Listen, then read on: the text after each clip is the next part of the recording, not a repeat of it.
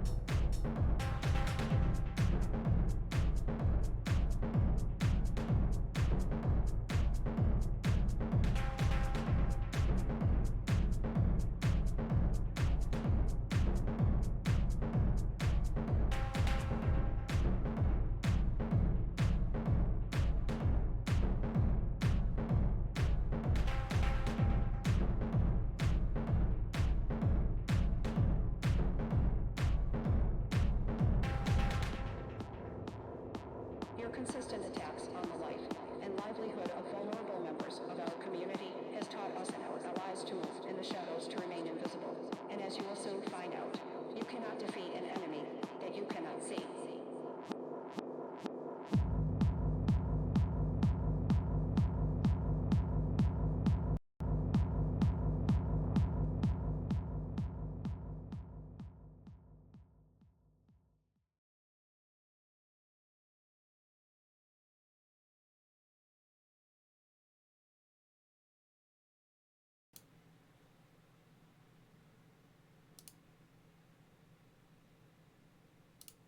Yo, how's it going? How are we doing? How's everyone going? Just getting set up now. Alright. So, just adjust my screen a little bit here. Everyone's sounding good? Everything looking good? Here we go. Turn my volume down a little bit. How we doing, everyone? You ready for some rude native and communist stuff again? Here we go. Thanks for following, Roomba Boomba. So, what's been up? What did we do last night? Last night we finished out the Tomb of Giants. We talked a lot of shit. We did all the catacombs, the Tomb of Giants. I'm sure we did some other stuff. Some just little odds and ends here and there. And if you haven't noticed, I set up Capagen, which means a lot of kind of stream alert things, like whether it's like followers or hosts and raids and stuff, they will send out a like display of emotes across the screen. Yeah, so many dread bits, that's where they come from, which is more encouragement for me to make more emotes, which I am working on. I've got a couple in the pipelines, but if you see, I've also updated a little sub goal in the corner.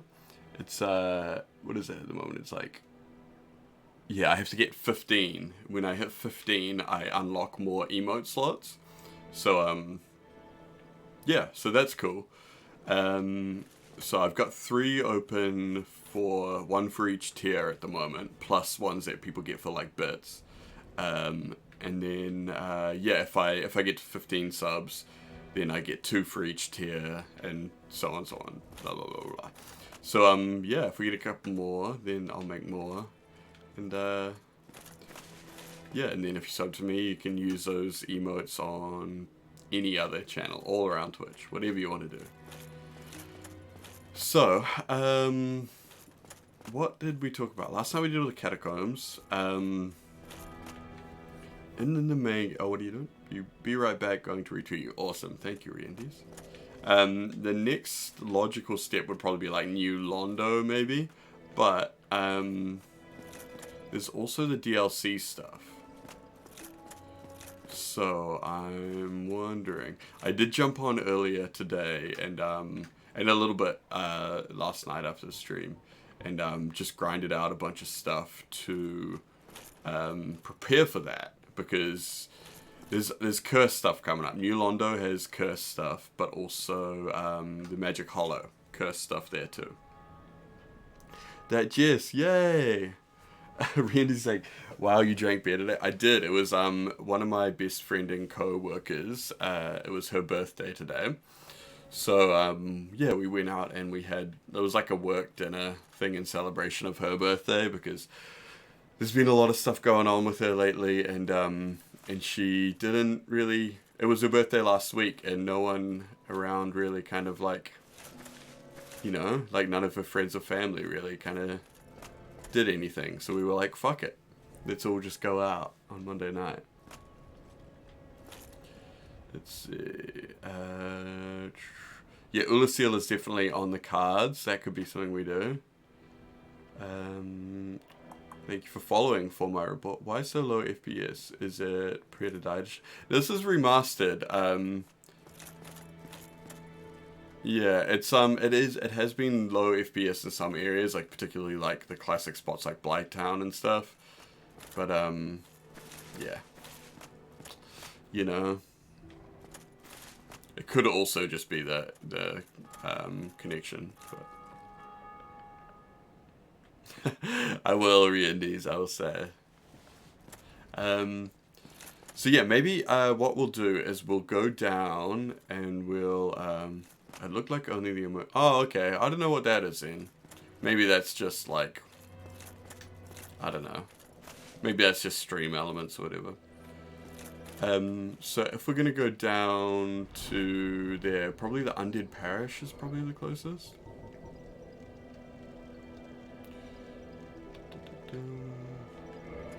Everyone should go look up ThatJess on everything, on Twitter and you know, YouTube and everything as well, because ThatJess is one of my favorite content creator friends. We've done a few little collaborations here and there.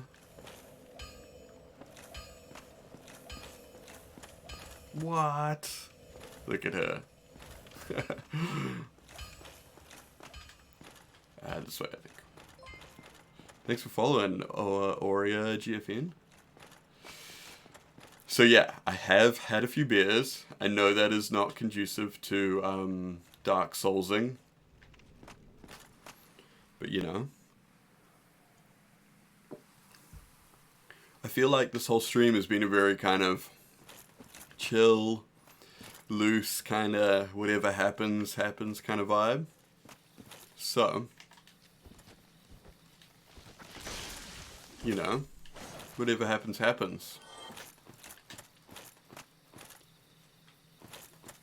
Come here, Sippy gameplay.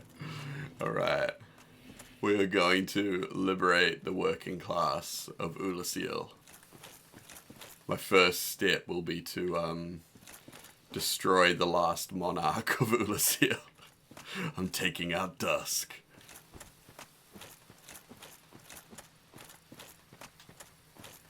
We're having the Oolacile revolution. Why am I holding my sword up? Ooh. There's a twinkly lizard down there. I need to put on a good weapon for it. What's that? Maybe Uchigatana? Yeah, it's pretty fast. Oh! When you roll instead of running. Oh no! I just like stabbed right past it. Thrust too strong. All same, and native stuff. Thank you. Wait, there's a Quailag sword? Yeah. A Quailag sword. The Quailag sword is... The Quailag's Fury sword is very cool. We made this on stream the other night. I used a... You can use any curved sword, I think, but I used a Falchion or whatever, because I already had it pretty buffed, but I'd kind of, you know, like, phased out of using it. And you take that and you infuse it with the soul of Quailag at a blacksmith, and then you get this thing, and it looks like it's made out of one of, like, the tips of one of her legs. It's very creepy, even with, like, some kind of, like, lacy stuff around the handle. And it does this. Whoa. Whoa. Look how cool that was. Oh, that's the wrong place. But yeah, it's quite good as well. It's pretty useful. I kind of use the Silver Knight straight sword at the moment as like my go-to. But I did buff the shit out of that Uchigatana though.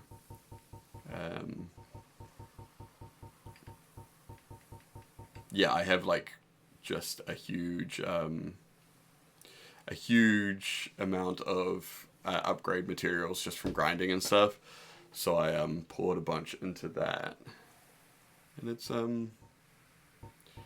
good. The Uchigatana, folks, I'm telling you, it's good. I know you said earlier in Discord that you were open to hopping onto chat support. I've got a little before I go to if you want to chill and chat for a bit. Yeah, let's do that. I haven't done that on stream yet, but I'm assuming it'll be a-okay. Let me see. Where is Discord? And like I said, I've had a few beers. We'll see how this goes. Friends.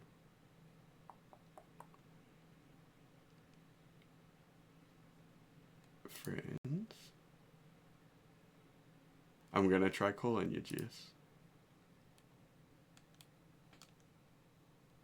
How do I do that?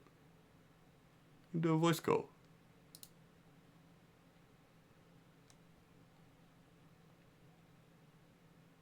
All right, hopefully this works. How are you doing? Hey, there you are. I'm not sure if there'll be like any weird feedback or anything, because I'm just putting you through desktop audio. Yeah, probably not. I think that's how you do it. How does that sound to everyone in chat? Can you hear our does it sound normal? Just, you know, anyone. Yeah. You could. How am I coming through, Jack? You sounded perfect. Okay. To me. Okay. That's just to me. I don't know, chat. You let us know. We're just gonna roll with it. We can hear you both. Aurea GFN says, thank you. So how you been, Jess? I've been really good. It's been like a long time since we've caught up and chatted. Yeah. It's been a long. Aside from just, you know, like random Discord. Right. Kind of things, like, but like actually like. Yeah. The last time we actually talked was probably when we me and Soph did that little the video for you, when you did the D&D video, and we did that little segment for the start of it. Yeah, that was a lot of fun. My only regret with that is that I haven't actually been able to play a game of D&D with you. Oh, really? Yeah. I feel like it's one of those things that we've talked about a lot, and same with Soph as well. Like, we've talked a lot about like, oh, we should do like a D&D game or a Dungeon World game or something like that, and then it just never ends up happening because, I mean, I'm like in a different time zone to everyone, but you know. Right. So wait, someone, I think you're a little bit quiet. I'm gonna turn you up on my end. Okay. Can I do that? How do I turn up just you? I'm not sure. I think I can do it just from maybe my sound settings. Not that one. Volume mixer. There we go. If you right click on my profile picture in the Discord call as well, you can have individual volume there. Oh, I can do that? Oh, use the volume. There we go. Okay, cool. I've turned... Jess is a touch louder. How does that sound to everyone in chat? I guess I should talk. Yeah, maybe. yeah. Understand what the volume is. I'm sure it's fine. Yeah. I put it up by like 40%, so... Yeah. Well, I'm just chilling. Just chilling. It's pretty late for me right now. What time is it? 2 a.m. Oh, wow, yeah. 30 a.m. It's like 10:30 down here. So what have you been working on lately? You got any videos in the pipelines? Yeah, speaking of tabletop games. Ooh. Soph and I have been working on a new series of videos about tabletop role-playing games. Oh, that's cool. I've seen that you've both been streaming a lot together, doing like the political streams and stuff. Yeah. Did you get the chance to check that out at any point? I haven't, because it's like 5 hours long and I don't have 5 hours, but I am planning on it. I really do want to listen to there's that one in particular. But yeah, So what? So sorry, I interrupted you in the middle of you talking about the new. No, it's all right. It's all chill. It's Super okay. chill. Yeah, we're working on a new series of tabletop Oh yeah. about tabletop role-playing games. Okay. So the first episode will be out uh, as soon as I'm able to actually finish it. Oh yeah. I've been having some issues getting it finished, but it'll be out soon. So what's the angle for like, like, is it about, I don't know, like how it's tabletop games, right? But is it like, I don't know, like, yeah, like how are you approaching it? Is there a common theme? Is it going to be like, I don't know, yeah, what's the vibe? Yeah, so my like view of the series is kind of skewed because I'm so deep into the first episode, which is like a very hyper-focused topic. Oh yeah. But uh, let me see what my phrasing is for the series as a whole, so that I make sure that I get this as right as possible. But it's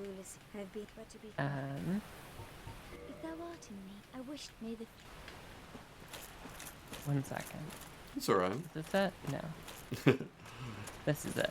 So it's a series about running tabletop role-playing games Okay. and making them safe, fun, and inclusive for queer players, Oh right. marginalized groups that I can speak to or that I can get a guest on to speak. Oh, okay, cool. So it's more about like, as opposed to like, like the fiction or anything like that, like more about actual, like the mechanics of running it and kind of being sensitive to, because like there is like this running thing of like tabletop games and the people that make them being incredibly like insensitive to marginalized groups, right? Like, Yeah, and absolutely. it's like everything from just like, like the kind of like more like passive racism of a lot of systems to like full on like, some of the White Wolf stuff being pretty alt-right and stuff like that, right? Like, Yeah, and that's something that like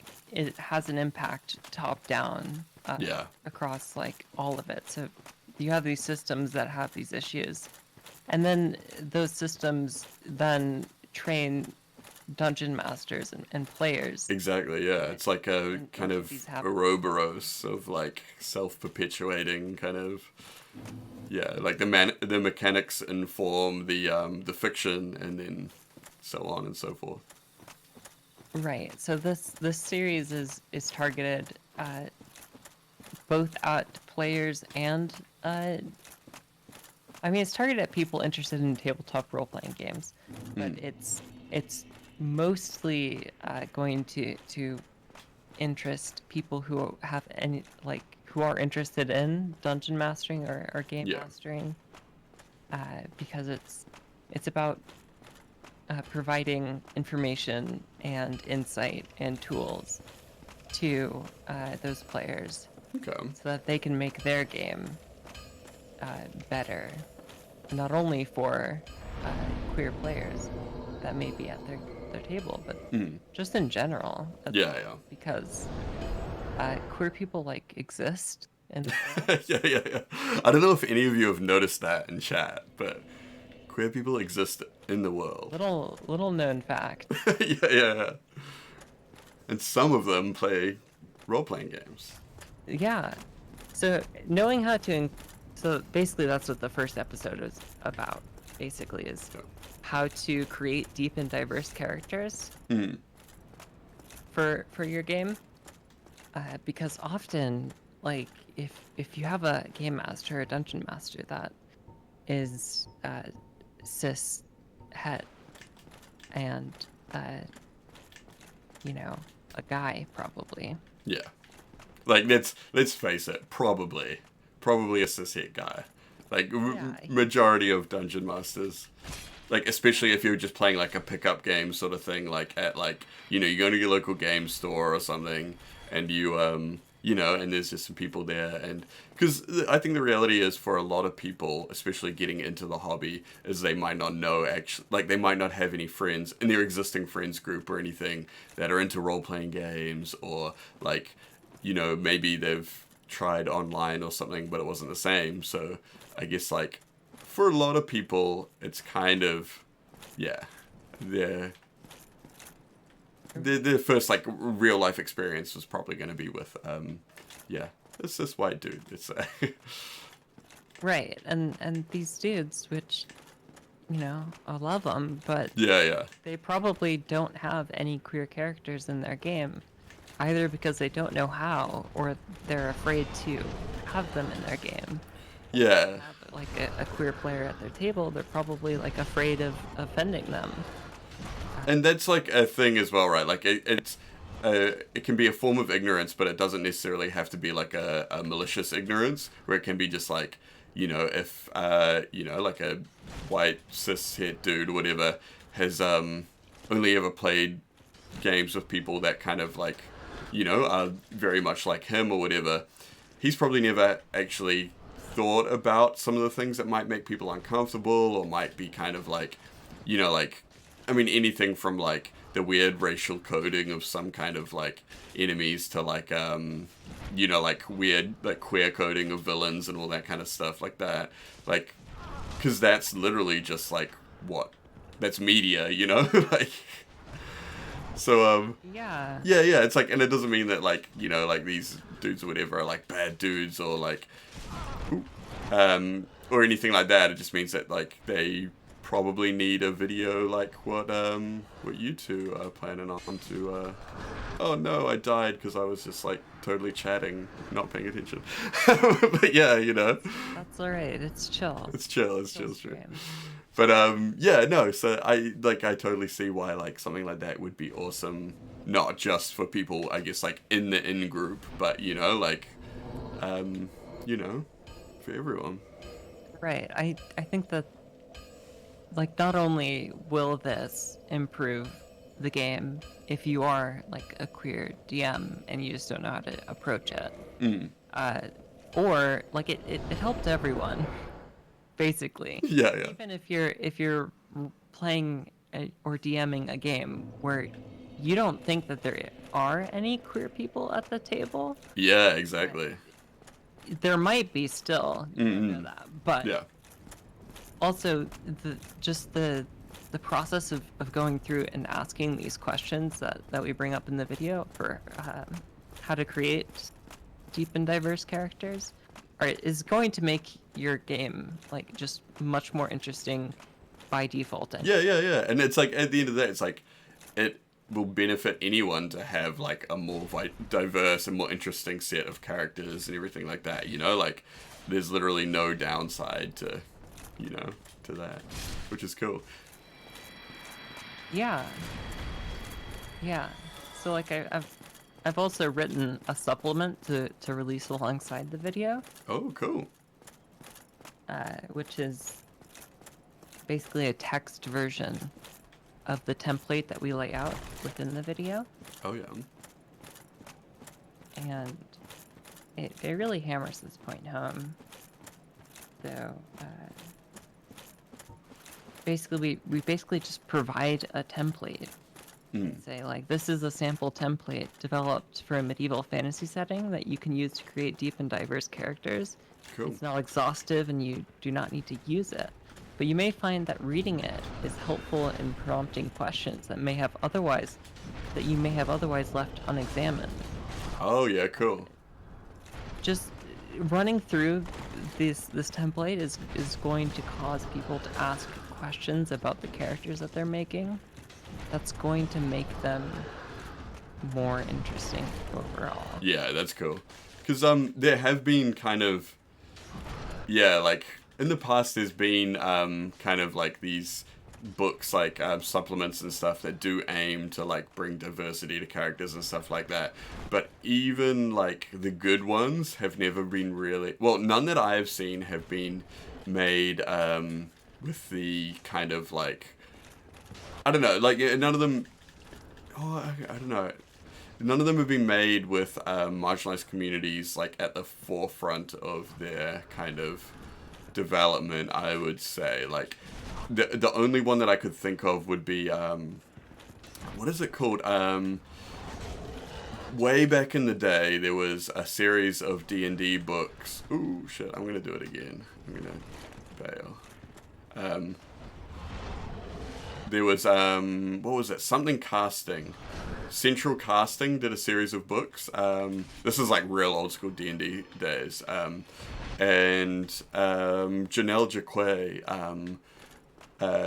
did like one that was like about creating characters for a fantasy game or whatever like that. And it was a really good book, like most of it, but then it had like these sections in there where it was like, I think it listed, it was like a very old DSM sort of thing where it listed like, it had under like character quirks or something like that, it listed like homosexuality and like transgenderism as like, like a mental quirk that your character could, like have, or some like just some weird shit like that. And it was like interesting to see later on that Janelle Jacquet actually was trans, but like I think, and since then she's kind of come out and been like, yeah, I said some like dumb stuff and I put some like dumb stuff in that book when I was dealing with some stuff internally. But yeah, it would be cool to see someone kind of I guess like make something along those similar lines, but instead of like kind of like existing within this very antiquated viewpoint, maybe like come from something that is a little bit more modern and something that we can all kind of relate to a little bit more.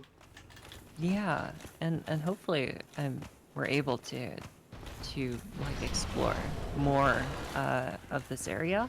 Yeah. So like for instance, this first episode is just about making deep and diverse like queer characters. Cool. It's like it touches on how D&D deals with race because it's hard to ignore it. Yeah. It's not focused on it at all,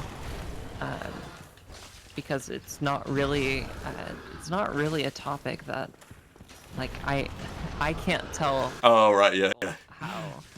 How to create deep and diverse characters from different cultures or ancestries.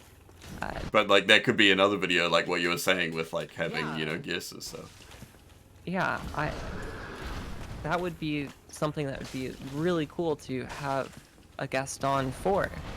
There's when you like look at that kind of content that is already out there on YouTube, it is so dire. There's speaking of like one of the biggest kind of YouTube kind of dungeon master content creators is what's his name? Dawn Forged Cast, who is like kind of a dodgy kind of dude in general. Like he definitely has some strange ideas about, like, I mean, all the normal stuff. But he's got a video that I always like it's kind of like a meme within like kind of RPG circles, especially down here in New Zealand or whatever. Where he teaches you how to roleplay more effectively as a half-orc, and he like goes through all these because it's like been a thing for years. Like we've talked about this before. I've talked about in videos about half-orcs kind of being a stand-in for like indigenous or like whatever cultures and stuff. Like all the beast races are kind of stand-ins for like like people of color and indigenous cultures and stuff.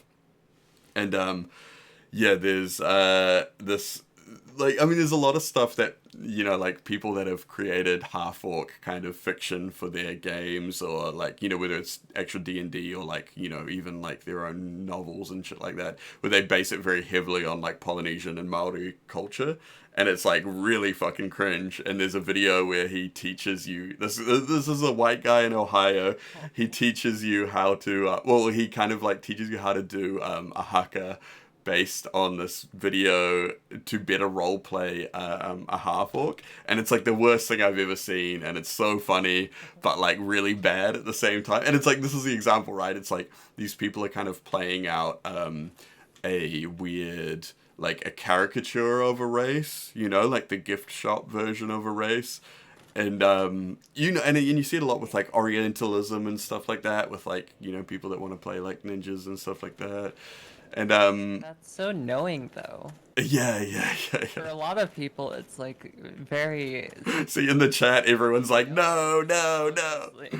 Yeah, exactly. Like, people could just go like, oh, wow, like, just generic indigenous stuff. Whereas, like, this is, like, a very focused, like, like... Right. This is someone who Yeah. that it's like Yeah. it's standing in for indigenous cultures. And it's, like, they just leaning into Like it. being Yeah. like, all right, I'm going for it. Yeah, it's super awkward and weird. But yeah, it's kind of become a little bit of a meme with some of us. Yeah, just stuff like that, right? Like things that some people just take for granted. And I'm going down to Wellington. Oh, thanks for following, Duck and Puddle. But yeah, I'm going down to Wellington in late April to talk at the New Zealand Games Fest at their play-by-play kind of thing, which is kind of like, it's like a TED Talk kind of thing. And we're going to be talking... my talk's going to be about those kind of stereotypes in particular. And why they kind of suck and can be harmful, just in games and movies and stuff in general. But I'm really looking forward to it because the organizers seem really cool, and a couple friends of mine are also doing talks as well. So it should be a really good little weekend. I'm not sure. I think it's like the 23rd and 24th of April. I don't know if anyone from New Zealand is watching, but if you're down in Wellington, late April, I'll be down there. I'll be talking about stuff, the kind of stuff that we're talking about now.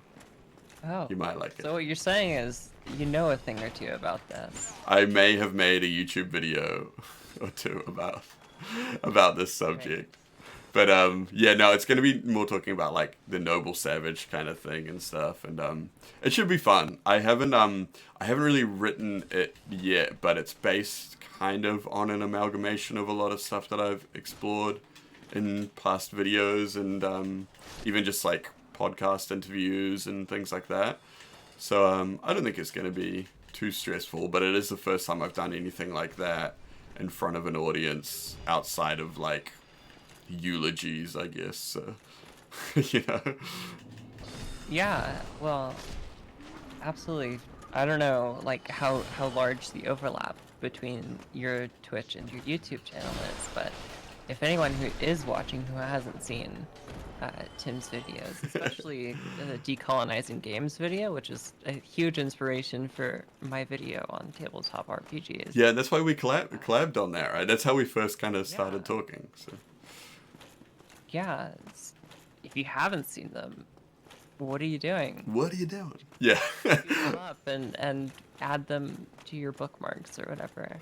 Yeah, I kind of forget that sometimes because I have like a very distinct like YouTube kind of thing that I do, and I don't keep things separate, but there's a lot of people that follow me on Twitter or follow me on Twitch that are just like, oh wow, you make YouTube videos too, and I was like, wow, yeah, that's what I did first, But it's always so surprising to see like how little overlap there is. Yeah. Someone's asking, sounds good, where can I book text? I don't know, I don't actually know, but if you look up play-by-play Wellington April, I'm sure it'll come up. Yeah, I mean, or like New Zealand Games Fest play-by-play. New Zealand Games Fest is like the whole thing, but play-by-play is specifically like the little seminar kind of things. So yeah, what else are people saying in the chat? People writing orcs are like, how many ties to African and Native American and Polynesian?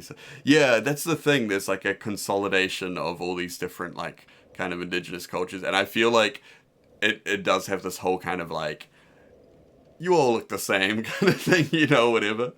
But there's so many different angles to it though. It is more complicated than that, but it is very cringe. And we got Doom in the chat, spamming Dreadbirds. I think there's like something that I set up. I don't know if it works, but if like, I think it's like if an emote gets spammed 5 times in a row, it does something. I'm not sure what it was. I don't know if it's just like another explosion of emotes over the screen or... It summons it into... Yeah. If you summon the if we get 5 Dreadbird emotes in the chat, I think it has to be by subsequent users within 10 seconds. If we do that, then we break the seal and Dreadbird enters our dimension.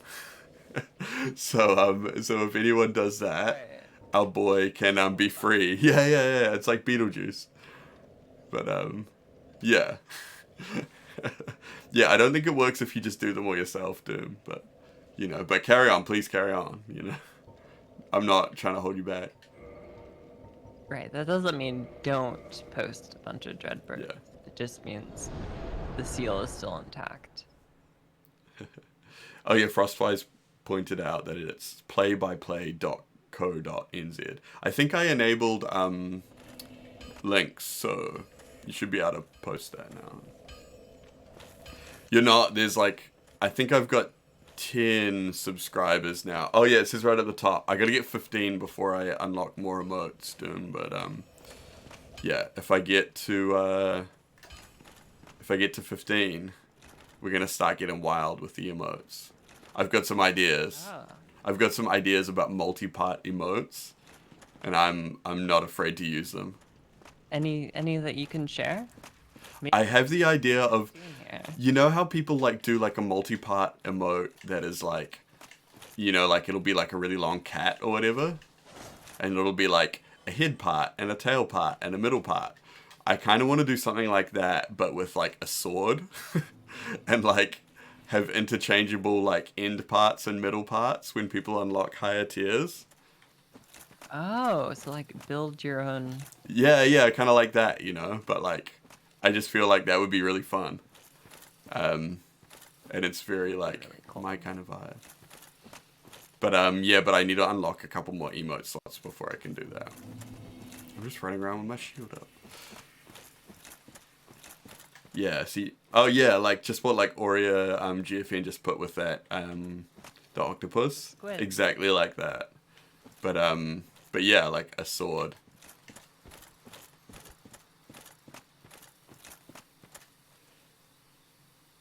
Oh, remember, but don't be sad. Well, that's an awesome idea. Yeah, I feel like it'd just be fun to have little parts that are interchangeable, Oh shit, yeah, it is. And there's a bunch of other people doing talks. In particular, Lisa Blakey, who is a friend of mine, who you might know on Twitter. I think her handle is Space Wahine. She's a narrative designer for a couple games companies, and she's doing a talk more focused on Maori representation in video games. So we are talking about like we're coordinating so we don't like overlap. But she's really awesome. I think I'm on one day and then she's on the other day. So you gotta go for the full weekend to get the full experience.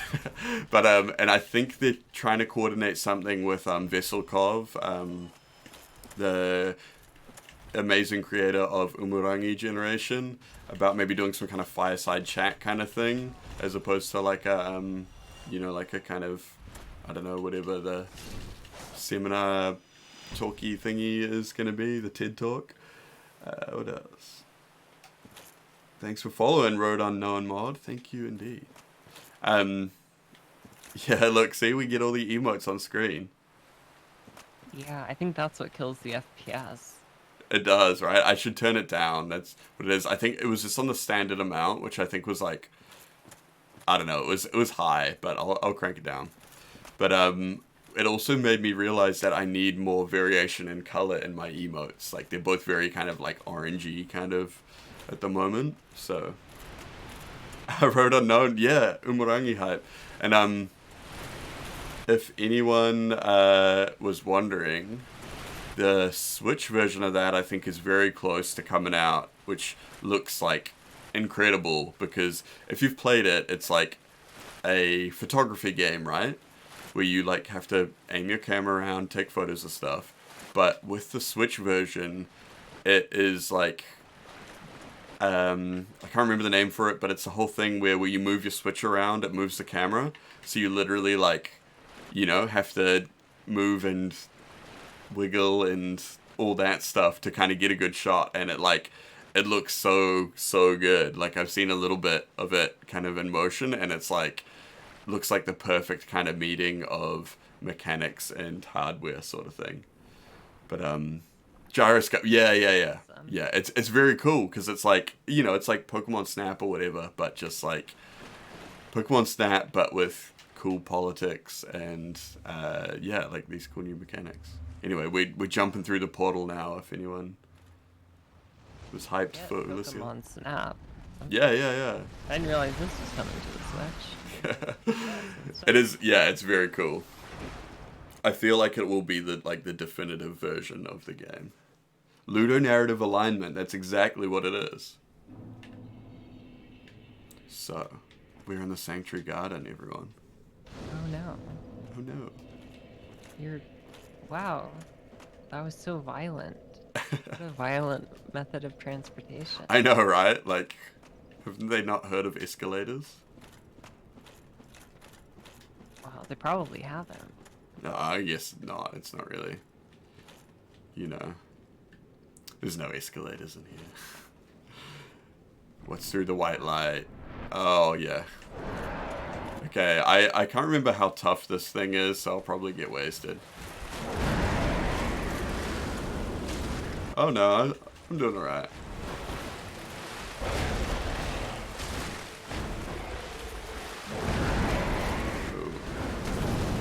Oh, it is kind of strong.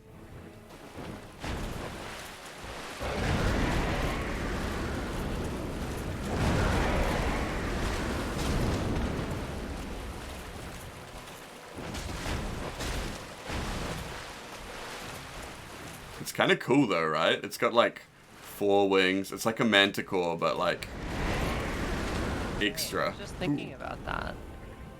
Manticore is like such a weird, obscure creature, right? It is like whether I mean I'm trying to think of games before like the resurgence. I guess is it considered a resurgence of Dark Souls if Demon Souls came first? I don't know. Yeah. Like these games exploded in popularity.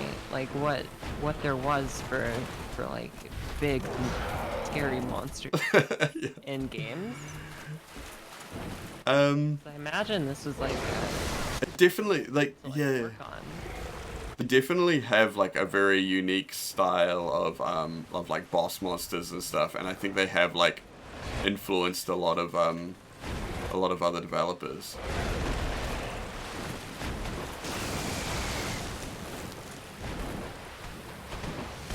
Ooh, very close. We're both very close to getting fucked up. Oh, I missed it. There we go. I got it. Oh, Guardian Soul, nice. It wasn't too bad. I was kind of not prepared to stumble into a boss fight first thing though. It's been a long time since I played this. So. yeah. So this has been sort of like weighing on me, but play by play, this is like an in-person event. Yeah, it is. It's like an actual like it's like a TED talk or something. Don't expect Wow. live.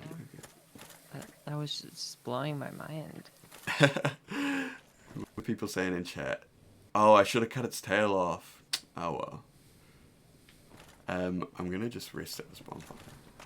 But yeah, I need to kind of like start actually planning out what I'm gonna be saying and doing there. I'm not sure of the facilities as well. Like I'm not sure if I have like a slideshow kind of thing going on or if I just talk or whatever. But I don't know. I'm sure either way it'll be a lot of fun. Right. Are you gonna wear like a turtleneck? Oh, maybe. One of those microphones that go like in front of your face? Yeah. Are you trying to imply that I should go for like a Steve Jobs kind of Apple presentation look? Well, I think it's sort of transcended. Well, like obviously, I think it started there, but I've seen it a lot in TED Talks as well. Maybe I should just subvert it and halfway through like go from black turtleneck Steve Jobs to like put on a black beret and just, you know, go from Steve Jobs to Black Panther. You could definitely do that. That would be cool. Do they make a turtleneck that that you can just like rip off. Like they make pants that you can Like just. those old Adidas ones where you like flip them off. Yeah. Yeah. That would be They make great. turtlenecks like that. Just with just the sleeves though, maybe. Like maybe I could just like. Oh my god, that would look so cool. I'm sure everyone would just start like people would be hooting and hollering. See, people in the chat already saying like Oreo GFN is saying, "Go half naked, do a magic mic," and I feel like this is the compromise. Look at this mushroom friend. It doesn't know of all the mushrooms that I've killed in the past. Well, look at this. It's quite So nice. sinister. Have you killed a lot of mushrooms in the past? Yeah, mainly young ones though. But not in fun. There's like a whole thing in the forest where you like kill all these baby mushroom people and they like cry and run for their parents. No. Yeah. Rescuing Her Highness. But Princess Dusk is here no longer. So apparently I can go back and cut the tail off the manticore later. And so It's a manticimera. Yeah. couldst thou once more play the savior. Couldst thou once more play the savior? Savior, fuck yeah. I am Elizabeth, guardian of this sanctuary. Something of a godmother. How to is it Princess talking? Dusk. I shall assist thee. Exactly. How? I am one with the sorceress. Is it like Oolacile. mind powers? Yeah, and it's weird to think that like a mushroom would have a similar voice to a human, you know. But I guess like it could be projecting psychically, and it could be like one of those things where it's like it is projecting the voice that I would find most comforting, you know. And so it ends up with this like Right. Judi Dench kind of thing. What do people say? Right. So Will the talk something be like an alias? maybe? Its real name Elizabeth? Yeah, who knows? Telling you that. Yeah, maybe that's a name that I would find comforting. Someone's asking if the talk will be broadcasted online or taped. I think the intention is for them to be taped, at least taped and like hosted online, but I'm not sure if they'll be streamed or not. I haven't thought about that. So, Wow, what is- that makes it so much better if you can do the turtleneck ripoff and Yeah, I know, put it right? on tape, because then I'll be able to see it. Yeah. What's the guy that does the videos for Polygon and stuff, and he's like hilarious. He did that Pokemon rap one. Night, you Brian seen David. Yeah. Like, yeah, I need to channel some of that energy. only a murmur of dark. But it seems like he has an extensive history in musical theater, so I don't have that. The abyss may be unstoppable. Ah, yeah. I have faith that Princess Dusk. Well, I'm not sure you need to turn it into a song, do you? Well, I mean, May the flames. I don't know. I just go where the spirit takes me. I don't. Because I'm not against it. Yeah. I'm gonna turn that into a If you're rap. for it, then I am 100% on board to see where that goes. We'll see. We'll see where the spirit moves me. Okay. We've talked to the mushroom. We've lit the bonfire. We are in the sanctuary zone. There's stuff in here. Humanity. Nice. I haven't really been using the humanity too much. And the one time I did, I just like lost it all. So, Yeah, you know. no kidding. I bet you would when you murdered all of those mushrooms. Funnily enough, that doesn't cost me any humanity. What does that say about the mushrooms? Yeah, there's this weird implication in this game where things that drop humanity are implied to have a kind of sentience. And, yeah, there's some creatures that drop it that, you know, like I think there's like some of the giant rats do. And yeah, it's interesting. Because then there's other creatures that don't. And it's like, oh, what does that mean? Roomba Voomba is saying, I think commitment to the bit is the most important part. Yes. Doesn't matter what you do as long as you go all the way. I mean, like, in regards to, like, musical theater, I'm not talking about, like, fascism or anything. Yeah. Please, be considerate. Yeah, don't go all the way there. Don't even go any of the way. So, This is like back into like the forest, but like the historic forest. And I can see there's some friends up there already, just waiting to say hello. Oh, what kind of friends? I don't know, but they saw me and now they're running towards me. So they seem really friendly. Oh, that's cool. Can you talk to them? I don't think so.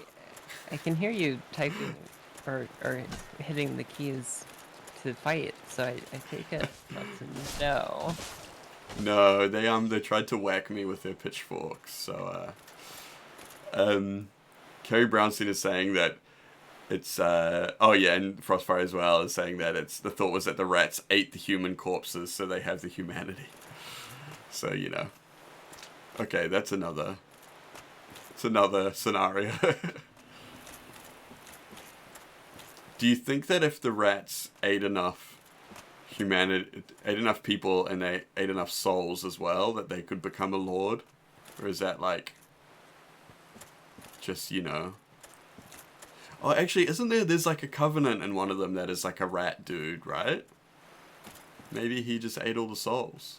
Maybe he got really lucky and he ate like an adventurer that just had like a huge amount of souls and he became a rat lord. A rat king, some might say. Maybe he ate some demon souls. Ooh, or a dark soul, perhaps? Or a dark soul.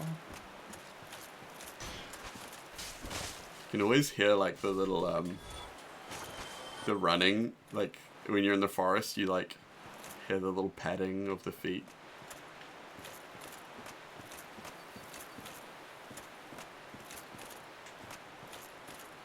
Okay.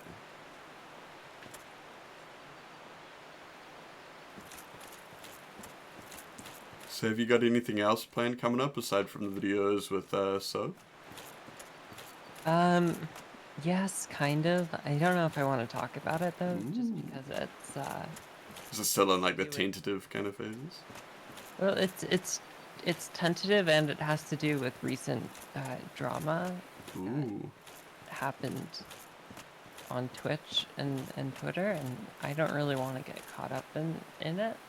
Oh, right. I just want to analyze it from afar.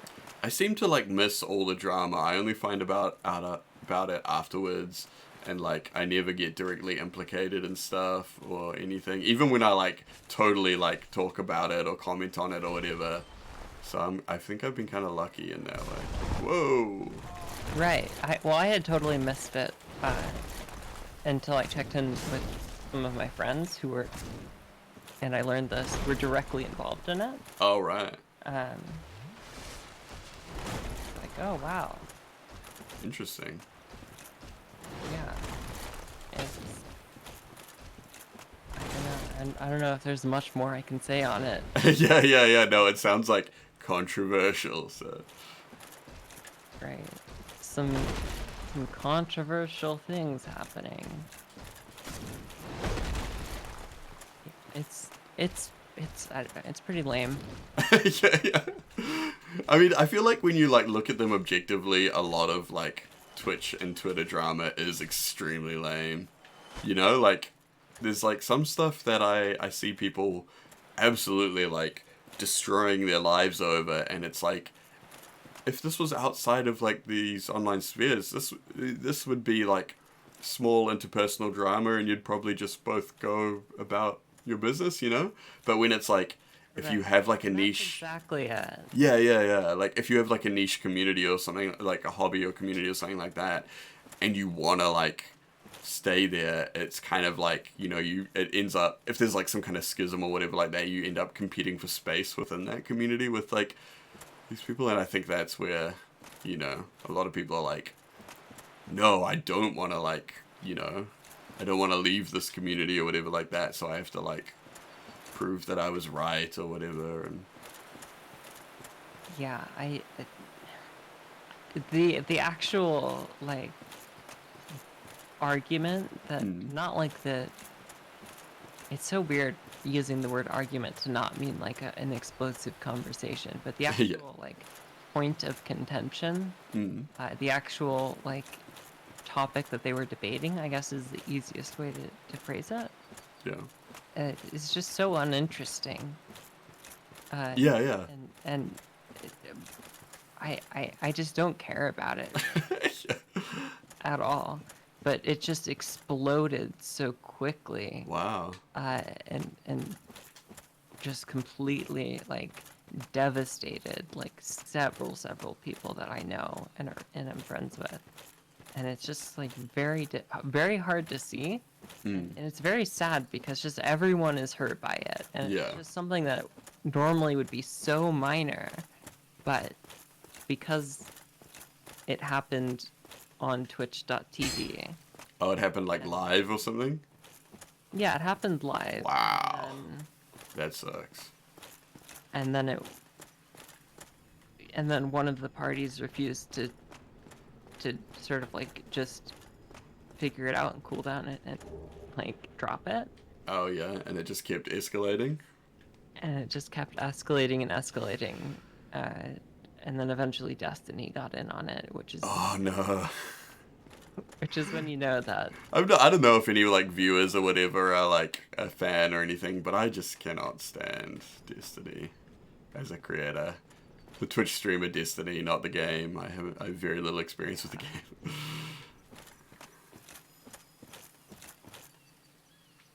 Yeah, which is just it's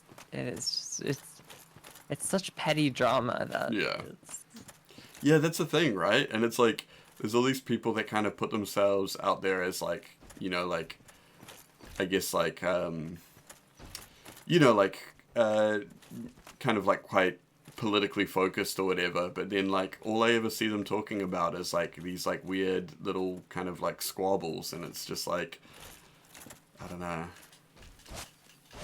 But then I also like wonder how much of it is like, you know, because there's like obviously like the real kind of drama where it's like, this is, you know, real people that are actually kind of hurt over this stuff. But then when I see stuff like a lot of the time with like Destiny and Vouch and stuff like that, I wonder is like, is this just like a, like, is this driving engagement? Is that the vibe? Is that what this is for, you know? Like, right. And that's what I find to be interesting. Like that's, Oh, really? that's what Yeah. I think is interesting to examine about these kind of situations is just like, because if this happened, like you said, if this happened just on like offline between people, Yeah.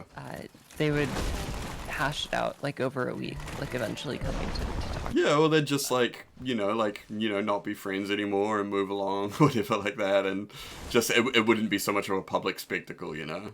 And I think, like, Right. people would probably be a lot better off for it.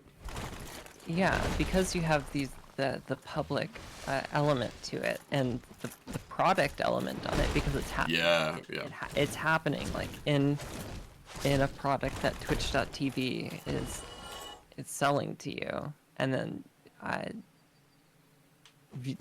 then these creators have an incentive as well to make content out of it. Yeah. It's like everything becomes content. It's wild. I had a chat with another creator just the other day. I mean, you know about this, we talked about it. But you know, who had said some kind of stuff on Twitter that I thought was kind of like a little bit ignorant in certain ways or whatever.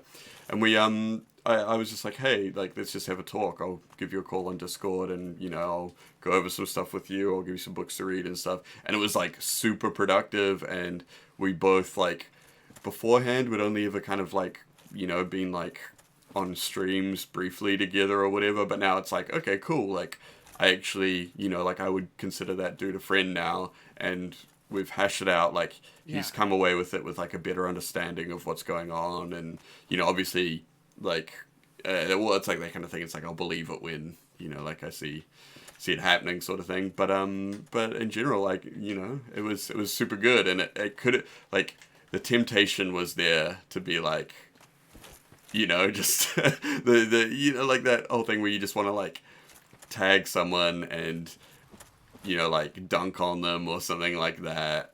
And it's like, I could have done that. That could have been me. It was very close to me being me that day, but Right. But no. I have a lot of respect for you for reaching out, and a lot of respect for him as well, to have that. Yeah, and I respect him for actually being open to it. You know, ooh, I might have bitten off more than I can chew right now. Yeah. But yeah. If that happened like in this very different space, where it is like debate. Yeah. Actually, that's what I was about to say. Like, Then you would just go on Twitch and read out the tweet on Twitch and be like, yeah, totally. such a bad take. Like, look at this guy. Well, yeah, that's what I was gonna say, because he, when he messaged me back on Discord, he was like, you know, like, what's the idea? Do you want to do it like a stream thing or what? And I was just like, nah, like I do not, like this is not content. Like this is just, like I just want to talk, Right. you know? It's just turning everything into content. Yeah. And then after you did your Twitch stream on his tweet, he would make a stream saying, responding to the conquest of dread. Yeah. Peace on me. Yeah. And it's like, I honestly think like, Double down on his take or whatever. yeah, like we're all above that. You know, like, yeah. And then, yeah, there's like some streamers and like YouTubers and stuff, and even just like Twitter people and stuff that I know that are like really like good-natured and well-meaning, and they get absolutely dunked on by all these like weird streamers, I guess because they kind of like are easy targets for some people or whatever. And it seems like there's some people that just get sucked into this drama, and it like they're just like normal nice people, and it's like this platform kind of incentivizes people to like, yeah, to do this weird stuff, you know, like, yeah. Yeah, that's pretty much going to be the ultimate conclusion I reach with my essay, is just going to be like, just don't post. yeah. Just never post. Doom95, who is my twin brother, Greg, says that he's going to make analog Conquest of Dread deepfakes of me, where he dunks on streamers, and by analog deepfakes, he literally just means drawing tattoos on himself, which would probably work, because even without all the tattoos, people, like, he's got, like, a shaved head and a much bigger beard, and I have, like, you know, like, bleached hair and heaps of tattoos, and people still confuse us, you know, like, it's wild. Yeah, that's awesome. Can't wait to see it. Yeah, I can't wait for those hit pieces. Can't wait for the ninja call-out stream. Yeah.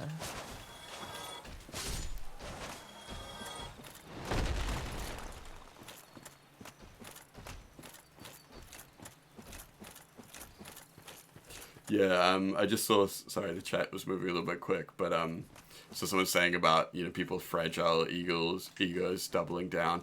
But I think that, like, the whole thing is that, when it becomes, like, your brand and everything as well, like, you have to protect that as well. So it's not just as simple as just, like, having a fragile ego. It's, like, you know, like, a guy like Destiny or whatever has to, like, protect his brand as being, like, a top debater or whatever like that, and, you know, has to, or whatever. So it's, like, if someone comes for him, then Project strength at all times. well, yeah, that's the thing, and it's like he's obliged to, you know, retaliate if anyone comes for him. He has to do it. It's like that's his thing, you know, and it's kind of like,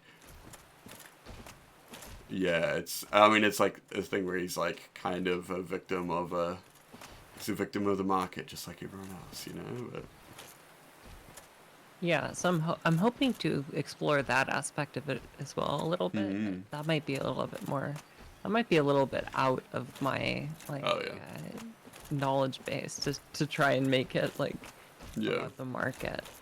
well, I think Be I really think cool. there is there's That- something to be there. That would require a bit too much of me. Yeah, I don't know if it's the kind of thing I would tackle as well, but I definitely think that there is like an angle there to be explored. I think as well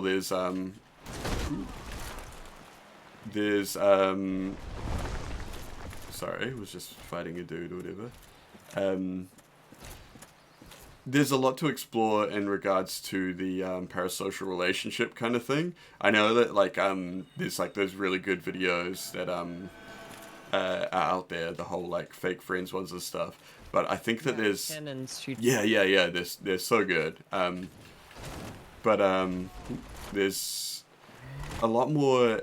Like I really think that a lot of streamers, particularly like these larger ones, need to have some really like frank discussions with their audience about parasocial relationships.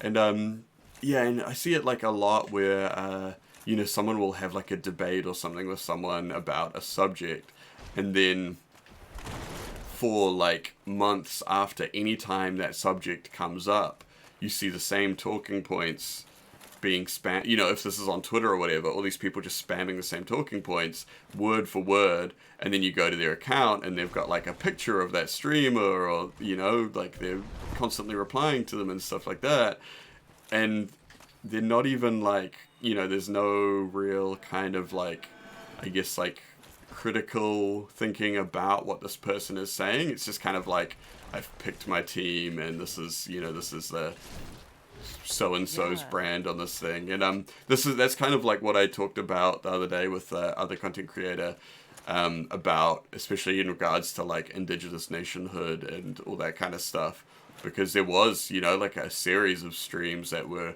really bad, where I would say that not just the streamer but the guests probably didn't bring the best kind of representation of the arguments, and it's just like polluted the discourse, you know, like, so yeah, I find that, yeah, I don't know, I find that really hard to deal with sometimes.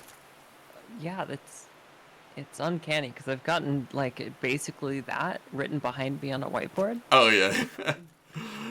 which is just these communities of these communities around these figures that have to project strength all the time. Mm-hmm. That these communities, after they see like this content that's abstracted like several times from the original issue, Yeah. they just create narratives that perpetuate the perceived strength of that community leader. Yeah. So like that streamer, and it. Ooh, thanks for just following feeds Witch and back Worry, in by the way. on itself. Yeah, I think that there's a thing as well, like, one of the streams in particular, the streamer that did it, ended up deleting the stream and apologizing for things that he said, because, you know, like, he was operating under a series of misconceptions about what, you know, like, what he thought people were talking about. And, but because so many people saw it or whatever, people are still parroting this stuff, even though he's deleted it and apologized for it or whatever like that. It doesn't matter, because it kind of was already cemented, and, you know, people clipped it, and it was just like these ideas. Yeah, I don't know, that really is really frustrating for me. But it can also, yeah, people saying they hate debates and they should be abolished, and we've commodified debating, and that's exactly what it is, you know. And it's like, these things aren't actually debates, like, they're not you know, like, yeah, it's a separate thing. And even then, like, a debate has never been about proving who is right. It's just about who's proving who's a better debater, you know. And that's true before Twitch debates and all that kind of stuff. So which I think is something that is something that a lot of people just don't realize, you know. Right. Well, Yeah. this essay that I'm writing here is in part based on an essay that I wrote previously. Oh yeah. About a streamer, a debate streamer that I had a lot of issues with. Oh yeah. That I wrote the essay, filmed it, and then just decided not to post it because I knew that there was it would only make things worse. Yeah, exactly. There's no reality in which that video has a positive outcome. Yeah, that's the thing, and it's like world. a lot of these really high profile ones are almost like beyond reproach. Like, there's some of them that have said and done really terrible things, like racist things, homophobic, transphobic things, and it just, like, it doesn't matter. Like, they're kind of like viewed as infallible, you know, which I find really frustrating because, like, you can, you know, people can be held to account without, like, canceling them or whatever. You know, we can be like, okay, like, these people are allowed to be wrong, you know, and they can have, you know, streams where they bring people on and be like, hey, look, I was wrong. This person's gonna, you know, this person's gonna help me work through this kind of stuff. And you do see that occasionally. It does happen. But, yeah, it's not as much as I would like, I think. Yeah, it was a streamer who was using like a very specific kind of rhetoric. Oh, yeah. I'm sure we've talked about this before. Is using slurs. Oh, right, yeah. Specifically like the R slur. Yeah. And the essay is about like, hey, we shouldn't. Yeah. Slur. Which I know is something that you've actually debated yourself. Yeah, actually, that's right. That was a long time ago now. Another YouTube content creator, Pixel Hipster, from Australia, and we debated on the Surf stream, like, yeah, it would have been like a year and a half ago, about, yeah, is it, like, a good idea to use? It wasn't, like, whether or not you... I guess, like, whether or not you can or can't wasn't the question, but whether it was, like, a good idea for us as, like, kind of lefties or whatever to do it. Yeah, and I don't know, like, I mean, I don't know if Pixel is, like, lefty as much. Yeah, I don't know where they align themselves politically, but they, I think he is, at least when I last heard from him. He like reached out to me and he's like, I'm a big fan of your work and stuff. Oh, cool. Like, and I'm like, okay, cool. Like, I'm always up for like making new friends and stuff. Yeah. Then he was using slurs and I'm like, ooh. Yeah. I'm sorry, I can't support that. Yeah, no, he has done that a little bit, and yeah, I mean, that's kind of where I, like, kind of trailed off from, you know, like, paying attention or whatever. Because then we had the debate, and I thought that, like, maybe he kind of got it, and then, I don't know. But, yeah, I've seen him, like, identify as a lefty or whatever like that, but I don't know, like, if he... Ooh, shit, giant dragon. I don't know if he, like, considers himself, like, an anarchist or communist or socialist or anything like that, though. Like, I don't know too much about his politics. But, yeah, I found that really frustrating after having a debate with him where afterwards he was like, oh yeah, no, actually, I think I've changed my mind. And he was talking about like, yeah, no, I need to like reevaluate some things or whatever. And then to not that much later, like see him, you know, like using slurs and stuff in videos. And I was just like, oh man, like that sucks. Like, come on, man. Like you can do better than this. Yeah. I was a bit disappointed in that too. But I think at this time we were talking about this, and you're telling me like a part of the debate. What stuck with me was you were saying how like these are the tools of our enemy. Oh yeah, that was like the first time someone made me into a meme. Yeah, that was awesome. That was one of my Patreon subs did that. For anyone that didn't see that, anyone in the chat, someone took. There's like a comic of Batman, and I think it's like he's like training Robin or something, and he's saying we do not use these, like these are the tools of our enemies, and he's like snapping a gun over his knee, and then he's like, instead we use, I don't know, he says some other things or whatever like that, but someone photoshopped me and Pixel into this, and it was like Pixel was Robin and I was Batman, telling him not to use slurs and instead to use like, I can't remember what it was like solidarity and some other stuff like that. It was good. I was like super stoked with it at the time because it was like something that like the first time someone had made a meme of me, and I was like, yes, this is exactly the vibe. Like this is what I'm trying to project, and I'm glad people are getting it. Yeah, and that ended up like deeply informing my hot debate take. Which Oh, it did. Oh, that's awesome. that I think debates, as they exist for the most part online, are exactly that. They're a tool of the sort of, I just walked off a especially cliff. like the alt-right, but also Oh yeah. just the right in general. Yeah. I think these are things that were really popularized by Yeah. like the Ben Shapiros. Yeah, yeah, definitely. Like this faux debate format. Yeah, yeah, that's it. It's not like a debate. It's it's weird. And yeah, there is like this weird projection, like this concept of strength. It's like and it's a weird thing. Like I saw someone mention it. Someone was talking about when Destiny had a debate with someone about whether or not it was cool for him to use the N-word, and his friend who was black, Trihex, was like, I'm not comfortable with that or whatever, and he was like, well, I don't care, I'm going to use it anyway or whatever. And then so you had the stream where a bunch of people, including a couple of black streamers, kind of, you know, like laid into him a little bit. And then after the stream, he made this big, like, this is like, I think someone said it was like at 3 a.m. he was like manically compiling this dossier on all of the people in the stream, like a list of like links and like just highlights of all these things, you know, like people contributing things like any dirt they could on all these other people in the stream, you know, being like, oh, well, you know, this guy says this and does that and all this kind of thing. And I saw a stream afterwards where there was a bunch of people, I think Vosh was in there, and they were saying, this is strength. Like, this as a debater is strength.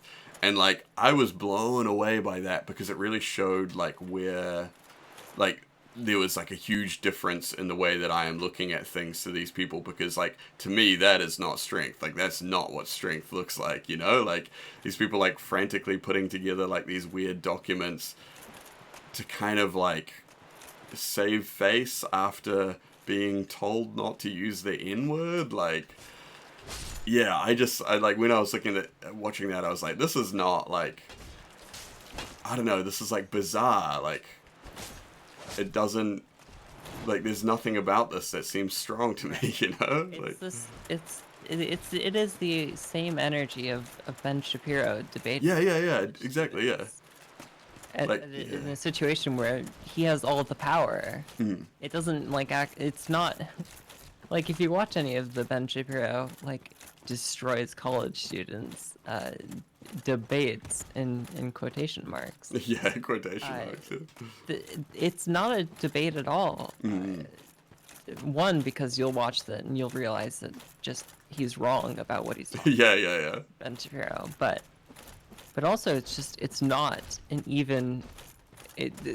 He's not interested at all in actually learning and trying to find the best position on this issue. Yeah. It's a complete imbalance of power where he already knows what he wants from the issue. Yeah. It's like his position is the winning position. Like, power to get to like sway everyone watching him. Yeah. To that position as well. Yeah. It's very theatrical. It's yeah, it is. It's very weird to watch as someone that didn't really, I don't know, like I came to like this kind of like, I guess I came to Twitch in general kind of late after a lot of other people I know were already into it. And even like the debating kind of subculture sort of thing. So, I mean, I understand that there was probably norms that were kind of set up before I started paying attention, but yeah, I just did not get it. And it was like that moment in particular that I was kind of like, yeah, this is not for me. Yeah. Yeah, it's not for me either. That's for sure.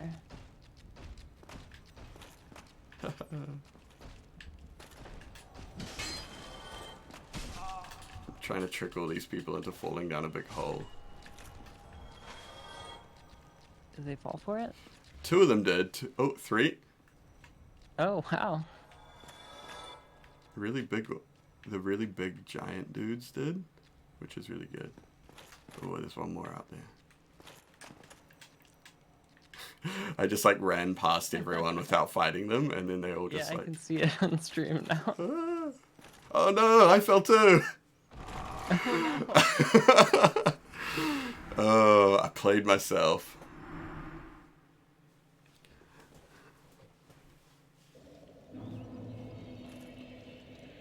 What's Oh no. Okay. All right. So, I mean, that was fun, but it didn't achieve much in the end. I got to get back there and get all my souls, and then maybe I need to get all my souls and then walk back to the bonfire and like spend them or something, because I feel like I'm gonna lose them. It's too risky.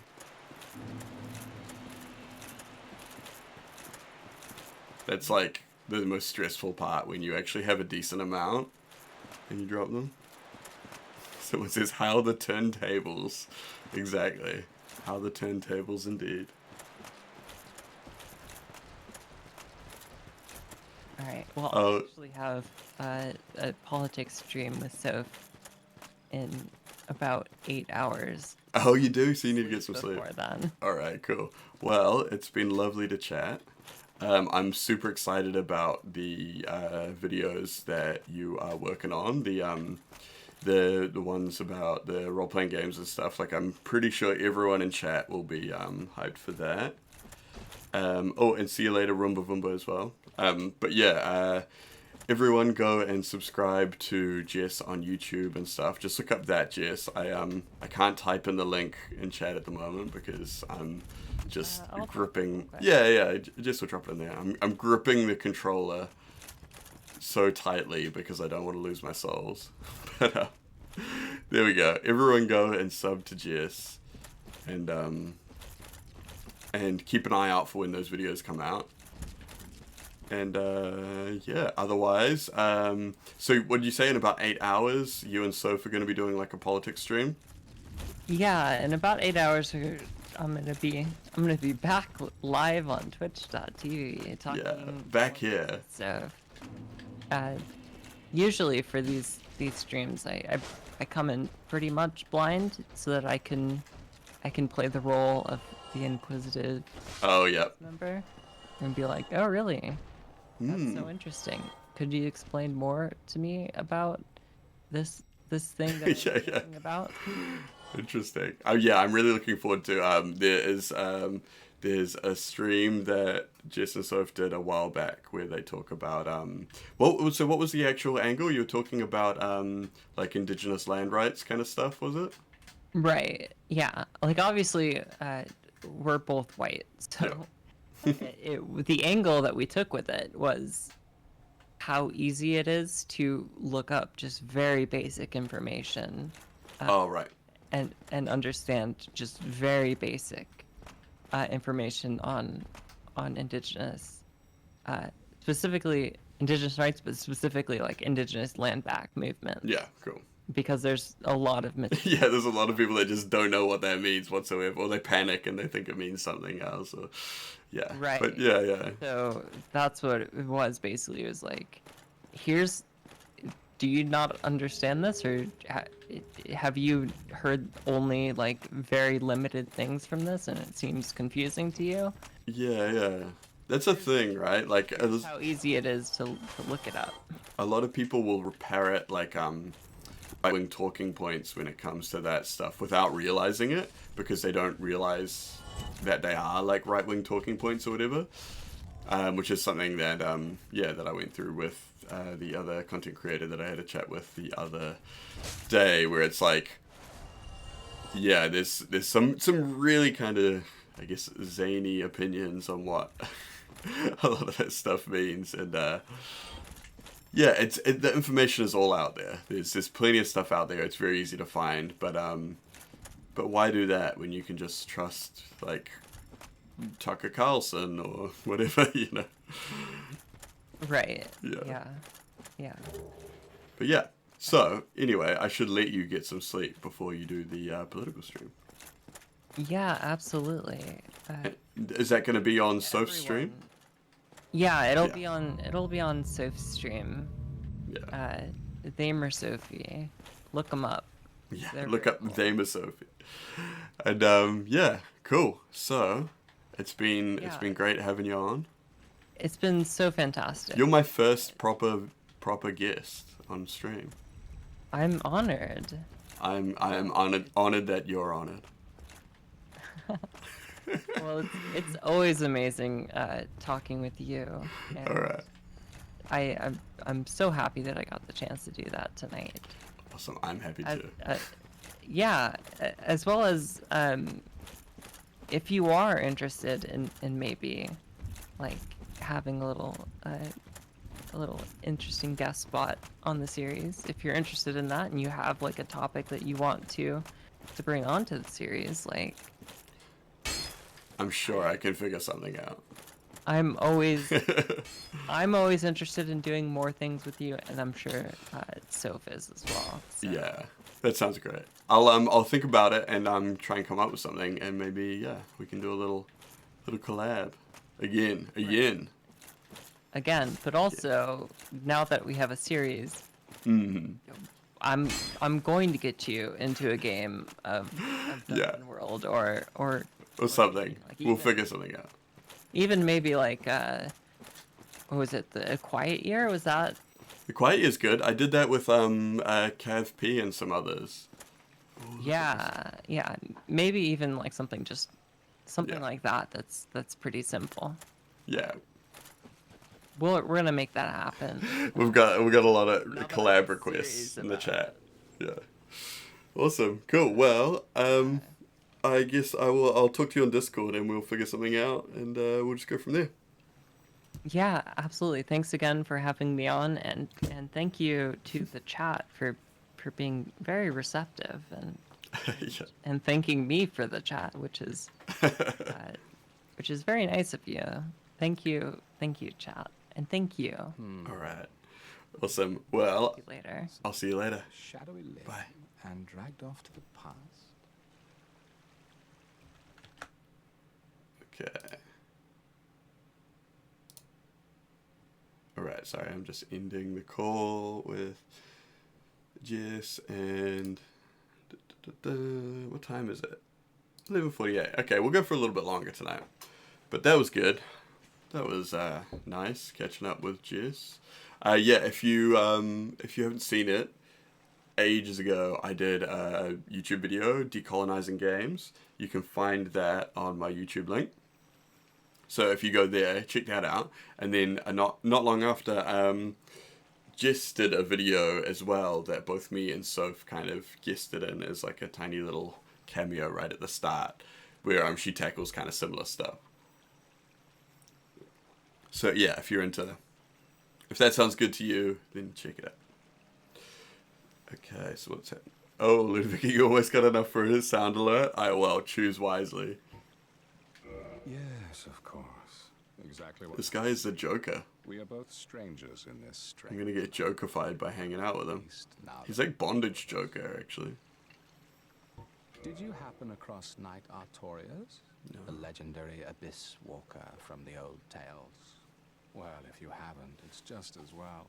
He's a colorless sort, if you ask me. A colorless sort? Is that racist? So, what did that giant mushroom make you do? Not that I care. It's none of my business.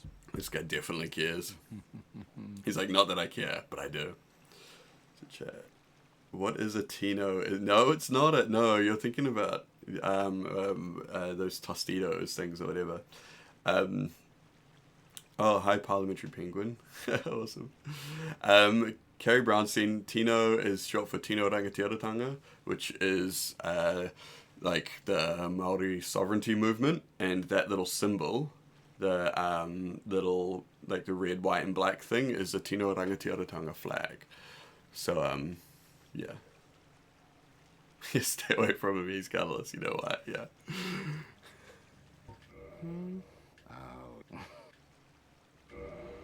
All right. Ooh, Sunday yawn. It's getting a little bit late.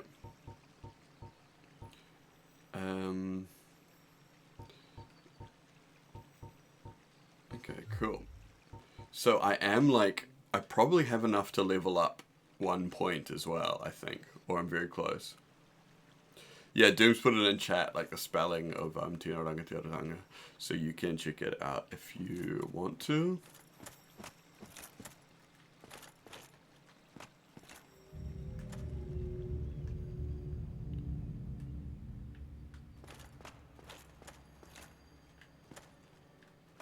Okay. We're back at the start, right? Cool, so where's the bonfire?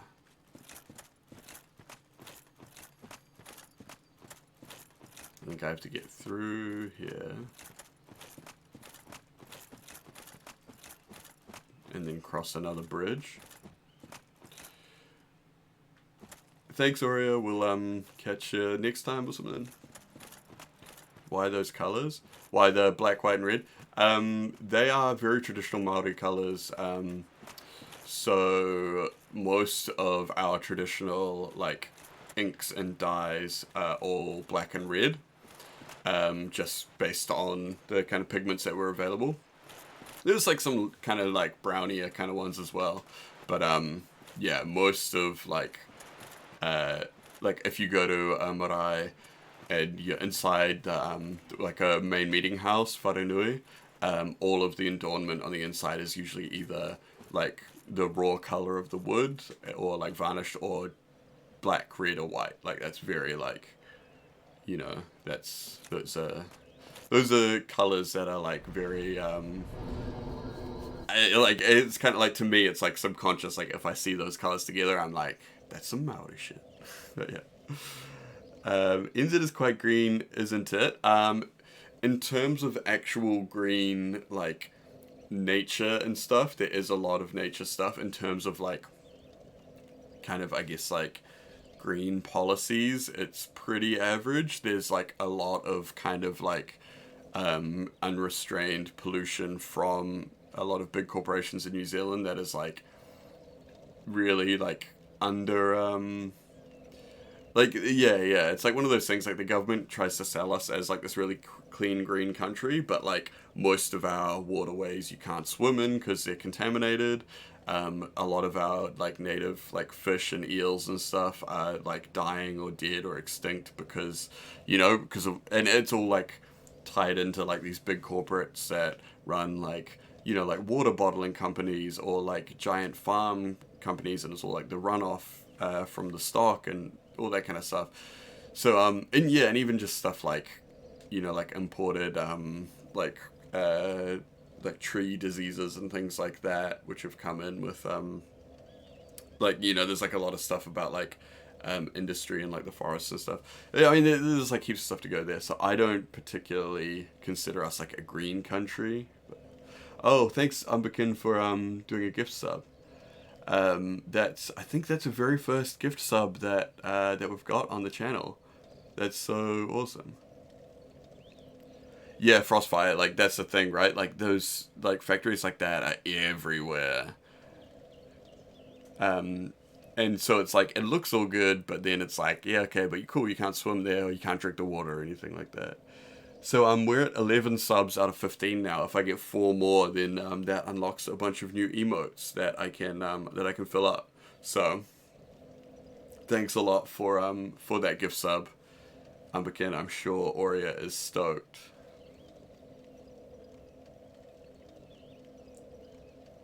Yeah, Doom's talking about it in the chat. Yeah, like farming is a very strange thing in New Zealand, where it has kind of become like the thing that a lot of people think of when they think of New Zealand. But the way that farms are set up is it's kind of shitty. Like most of the big farming legacies all have their origins in land seizure and stuff like that. Like, you know, like literally stolen land, gifted to settlers. Like there was like deals where like people would like, you know, they'd give European settlers to New Zealand like land bundles and all this kind of stuff.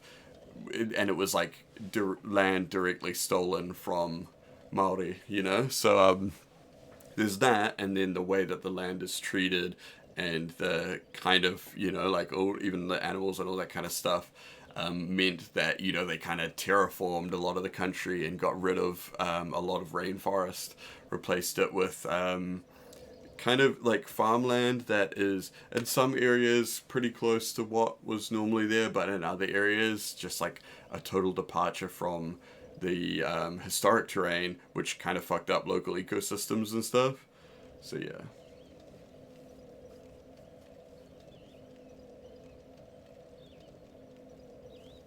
Yeah, the river region, Bodhi says that. Yeah, interesting. The thing that you can usually tell with rivers is if there's eels there. In New Zealand, if there's eels in the river, then it's healthy.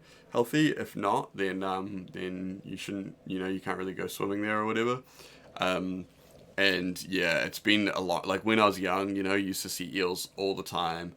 As an adult, like it's rare, you know, like these days, you know, when I see them, I point them out, you know. And this is like, I remember big fat eels. These days it's like, yeah, it's not really the same.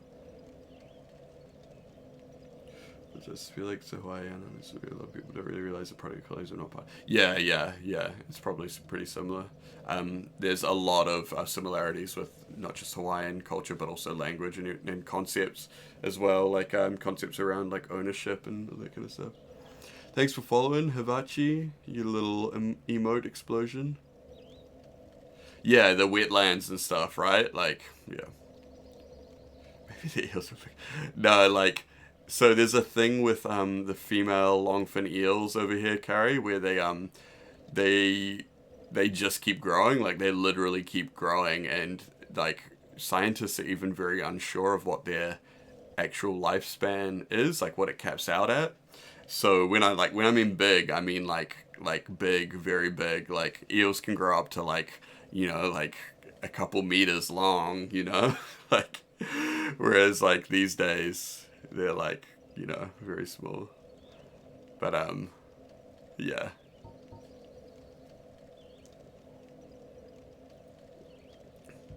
But it is like an actual initiative. Like there is like a lot of iwi and hapu, like tribes and sub-tribes, have like local initiatives to restore wetlands and rivers and all that kind of stuff, and also like kind of rehome eels and stuff, because they are kind of like considered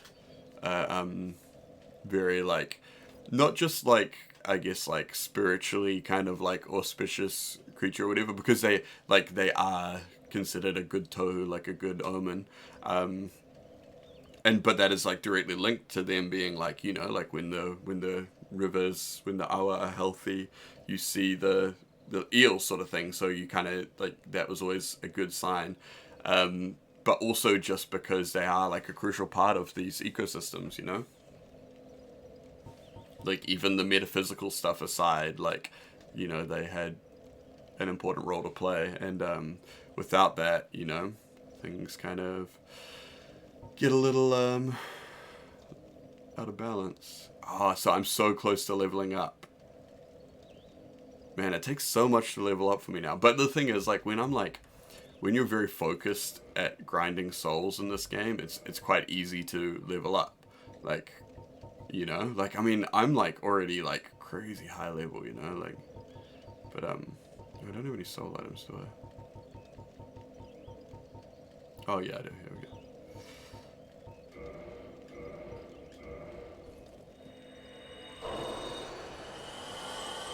Okay, cool.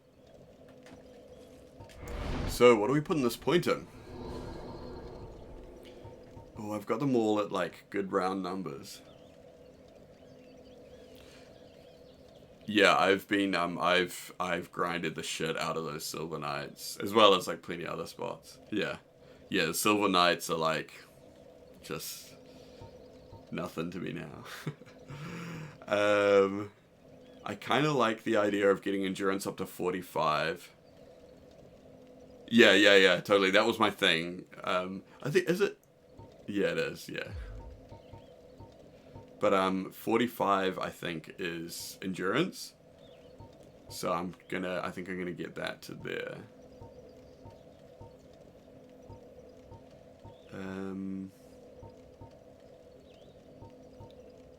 That's probably it.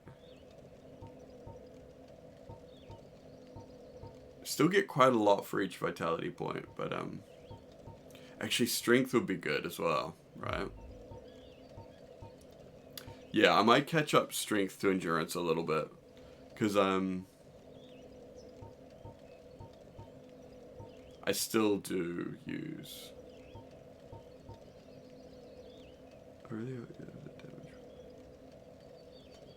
Yeah, Four Kings are rough, and that, to be honest, that's why I decided to come here instead of going, heading towards them,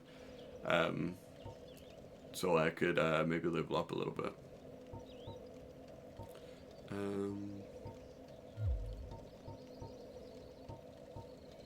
It's so low. The increase is like so little. Maybe it is a dex day. I mean, an endurance day. What else would I do?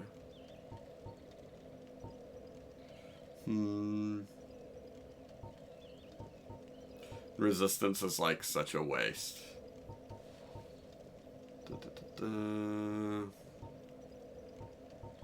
Yeah, I need to get strength up, I think. Oh, really? Yeah. I mean, there's no such thing as grinding too hard in Dark Souls. There's like, yeah. Oh yeah, I've got the Black Knight Halberd actually. Oh, that's right. No, but yeah, to use it, I need to get my strength up higher. Yeah, sweet. So no, I should definitely be doing that then. Yeah, cool. Yeah. Yeah, Black Knight Halberd is like a good time. So, but yeah, my strength isn't high enough to wield it well at the moment. I think I can do it two-handed, but it's like, yeah, you know, it's not the same. Cool. So, maybe we'll just go for a little bit more, and then I'll probably wrap it up for the night. Let's see. Is that the way out? Yeah. This way.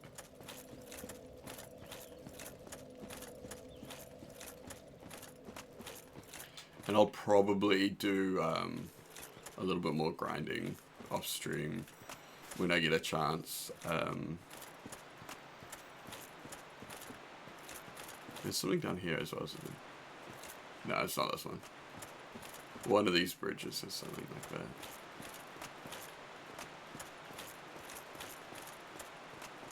I feel like I can just run past a lot of these dudes if I get to those, if I get to the elevators, you know? Alright, sweet, we'll see you later, dude. Quick code. I don't know if I want to do Artorias tonight or leave that for, like, another stream entirely, because, I wouldn't want to, like, have a go and then lose and then end on a bum note. I'd rather, do, like, a stream where we're like, okay, tonight we're getting Artorias.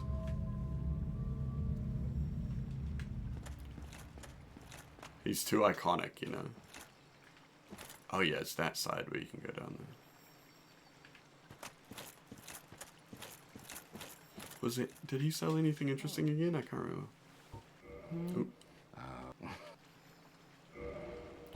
Oh yeah, some moss. I should buy that humanity. How many does he sell though?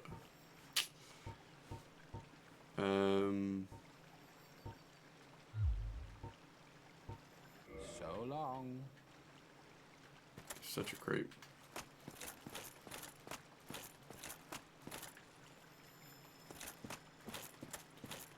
Okay.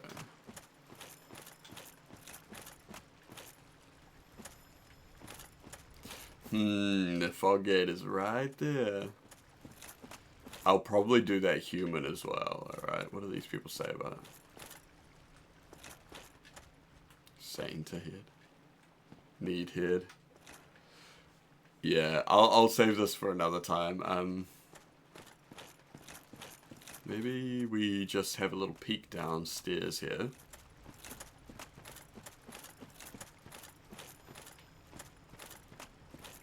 But yeah, I really want to get enough strength to use the Black Knight Halberd. Oh, I remember this place.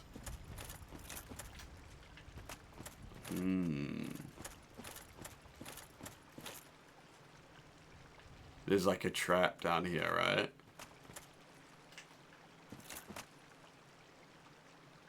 There are dudes there, like I can see movement. Feel like there's something to do with this item down the end here. Yeah, you can see there are like creatures here. What are they? Like dog things. There's 2 of them. But are there more?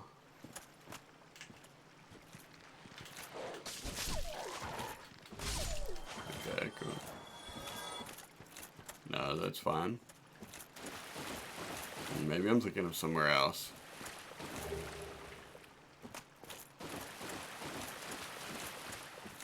Okay.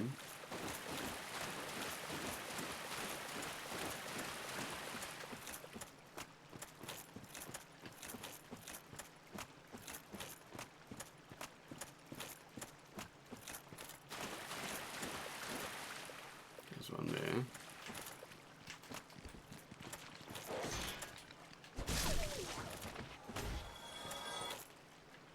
Quite creepy, right? They're like big Dobermans or something, but with like weird lizardy skin.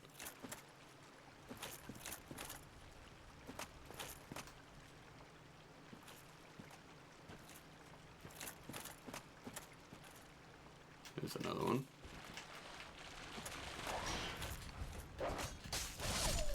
Not particularly strong though.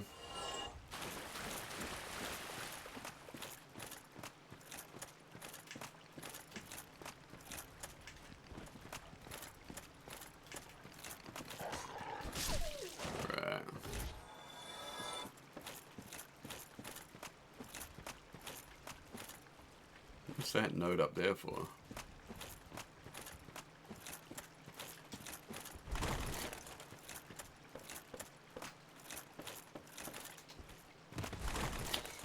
Might be just like someone being like, yay, I got up here.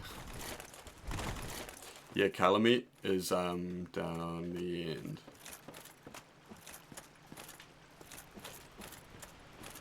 Like, I've already seen it perch on the bridge.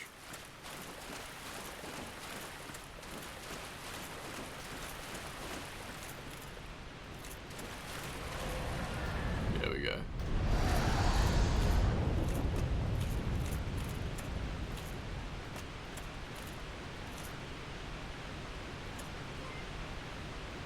Thanks for following, Saf Sophie.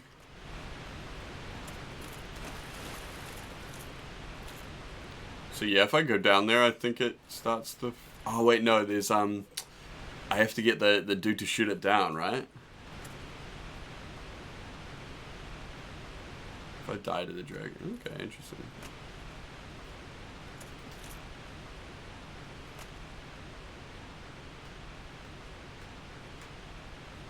But if I it's better to go to the giant, right?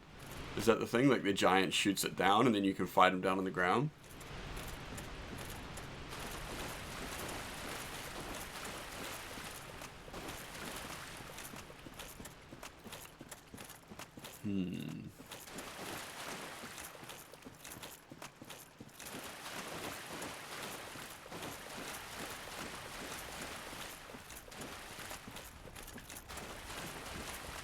Oh yeah, okay. That's right. You go up. Yeah, okay, I remember. Kill Artorias, go upstairs. Okay. Well, shit. Maybe that's what we have to do then.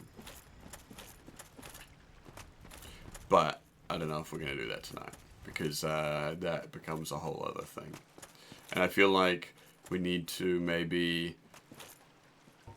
I'm just going to walk back to the bonfire. I've got so many homeward bones. Maybe kindle the bonfire just to get those extra Estus flasks. We need to be human. So I'm going to pump some humanity. So do that.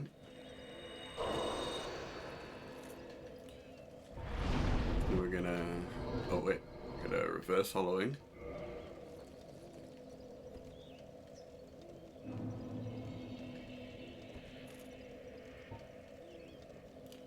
Oh yeah, rolling is king. Well, yeah. So we'll do Artorias next time. We'll probably start the Artorias, get him out of the way, go up, see the giant, shoot down the dragon, and then take on Calamite. We'll try and do a double boss stream, which should be good. If anyone follows me on Twitter, they'll see that my my username for ages has been Timothy Calamite, like old mate Timothy Chalamet, or however you say it. But yeah, sweet. So that was good. So we leveled up, we explored a bunch of stuff.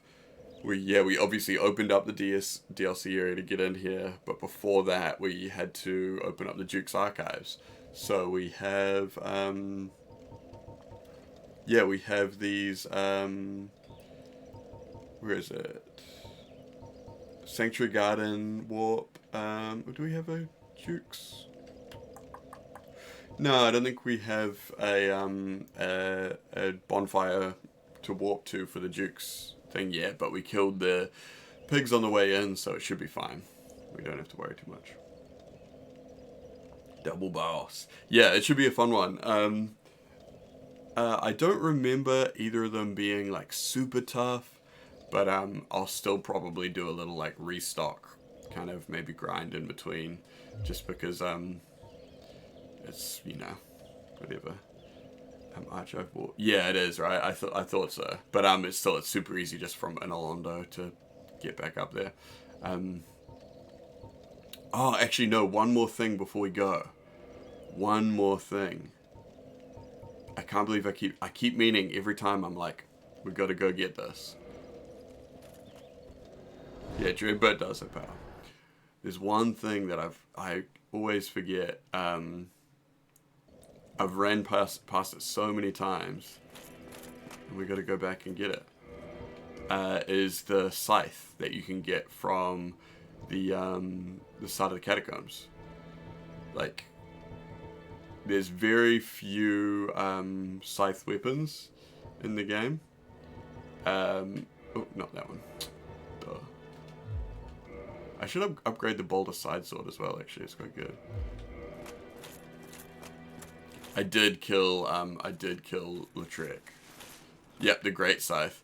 And it's actually, it's really cool, a cool weapon. It's got like a different move set. It's gonna got a slightly different rhythm. And, yeah, and just like a huge range as well. So it's cool to use, and I keep meaning to get it. But, yeah, you know, just life happens. Life comes at you fast. And we just end up doing other stuff instead. Yeah, I really want to crank it up. Because I've done that before and just, like, plowed through the entire game with it. Like, in my opinion, it's up there with the Black Knight Hellbeard.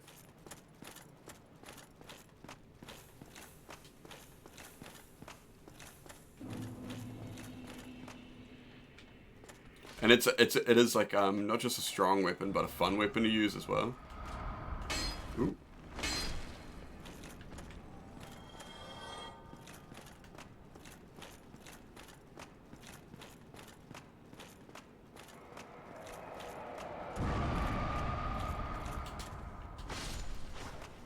I'm a lot stronger against these dudes that was when I first came down here.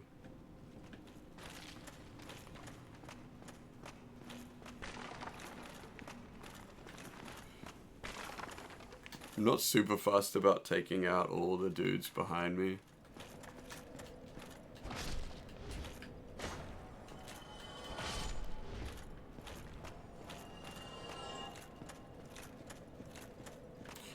Yeah. Like Frostfire is saying, the Black Knight Halberd is so strong that it almost like makes things too easy, you know?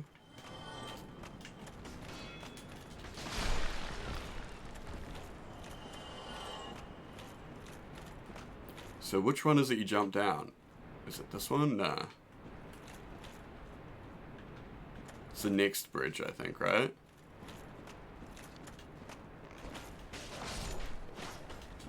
I remember it being like jumping off by one of the bridges, but I don't think it's the first one. Like,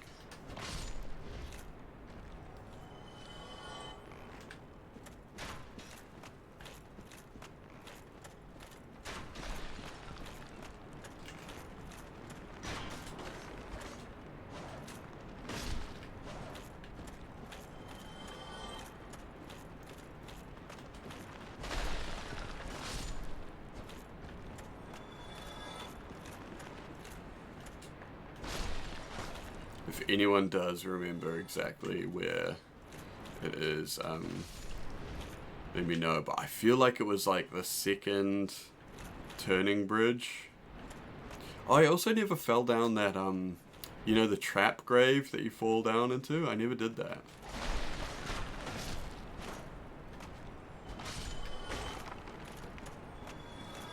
Need to turn over the roll.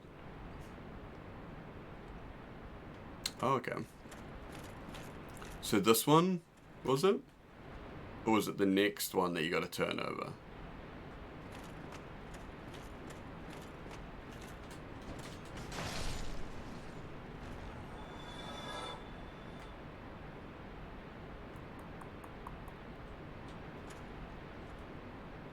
Is it one of these bits here?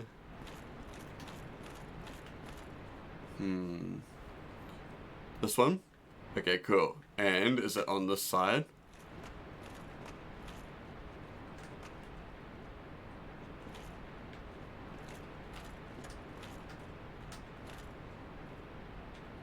Like down into that door? I can do full control actually. Actually no, that doesn't help, does it? Because it's like not a matter of, yeah. It's not a matter of damage, it's just a matter of getting in there. There we go.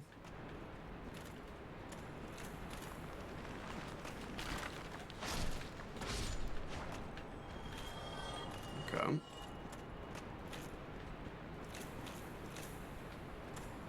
So, alright, so now we're in, this is that other, the spiral room, but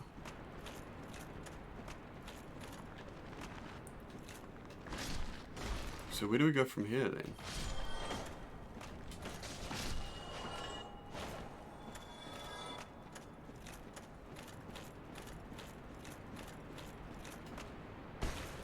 No secrets. Because I've been through here.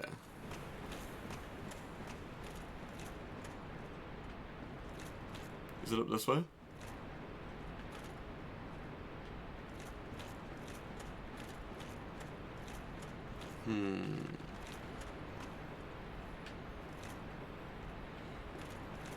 It's just below. Oh, hey Bob the Ice Climber.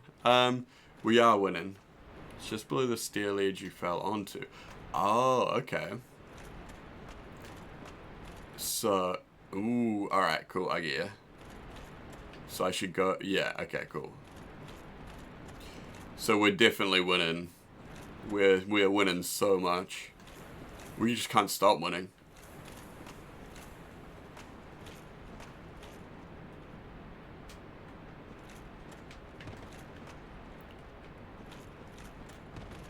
Here we go. Great scythe, there we go. So, we can either go back down that way. That's right, I remember seeing that. I could jump down here.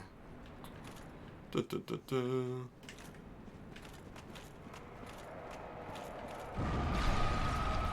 And there was another area that had those graves that you could fall down that I didn't go down because I knew it was a trap. But now I'm kind of like, do I go back and fall in the trap intentionally?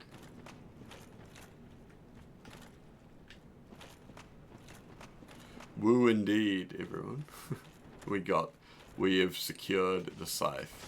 So that's like the last thing I wanted to do on stream tonight.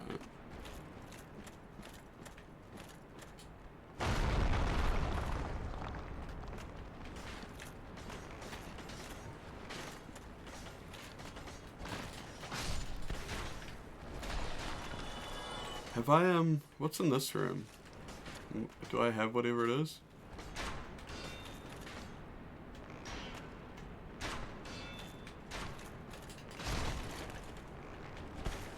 Ooh. Oh no, I got stabbed. Bob, I don't know. I'm not sure. I might not do them all in a row, but I might do them later. Like,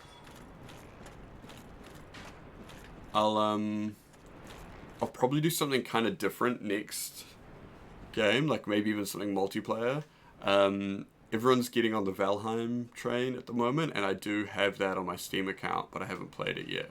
But that looks really fun, and it could be cool to play with some other people, you know, like maybe some of you guys could get involved.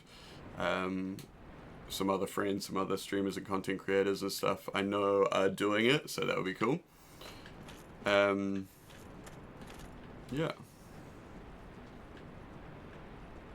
If it's still going by the time. You know, like sometimes these games come out and everyone's on the buzz, and then by the time I get around to it, everyone's like, no, we're doing something else now. And I'm like, oh, okay.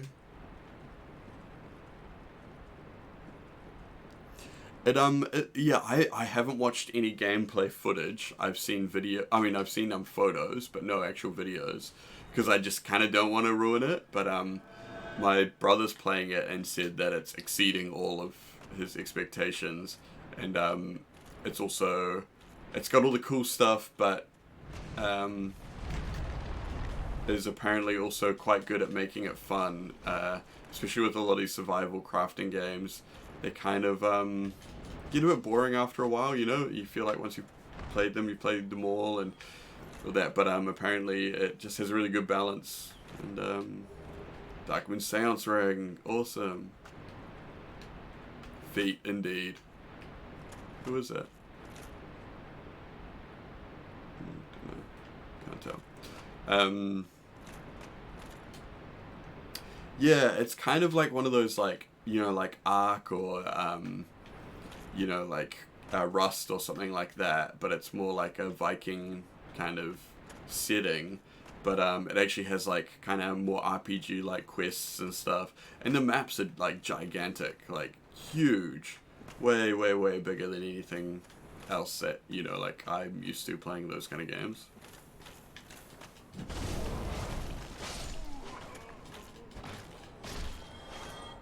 So, yeah, it looks cool.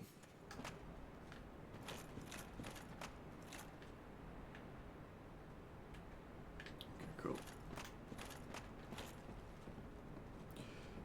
Yeah, very Minecrafty, people are saying. Yeah, it's like survival crafting, but apparently it, not so much focus on just like the boring kind of grind. Like, it actually is quite compelling from what I've heard.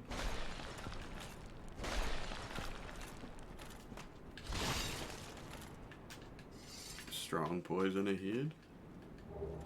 Tranquil walk of peace. Nice. Yeah, see, I missed all this stuff when we came through the other day. Cool, and back to here. So, where was that other grave thing? Now, I've already got the bonfires, and what I'm looking for is there's a, one of the graves that you fall through, and there's one that I haven't fallen through yet. That's awesome that the devs actually have a policy for against hate speech, because sometimes when you see a Viking game, you never know, you know? Like, especially when there's like ones like that one a while back, Ancestors Legacy, and the developers are just like openly alt-right, you know?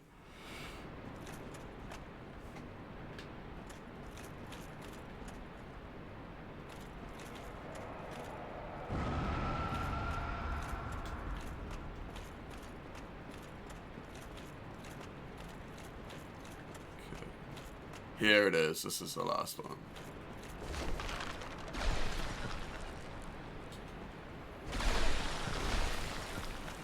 Okay. Oh, there we go.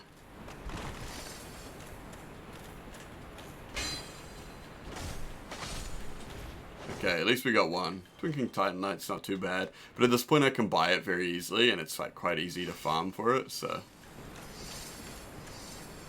You know, whatever.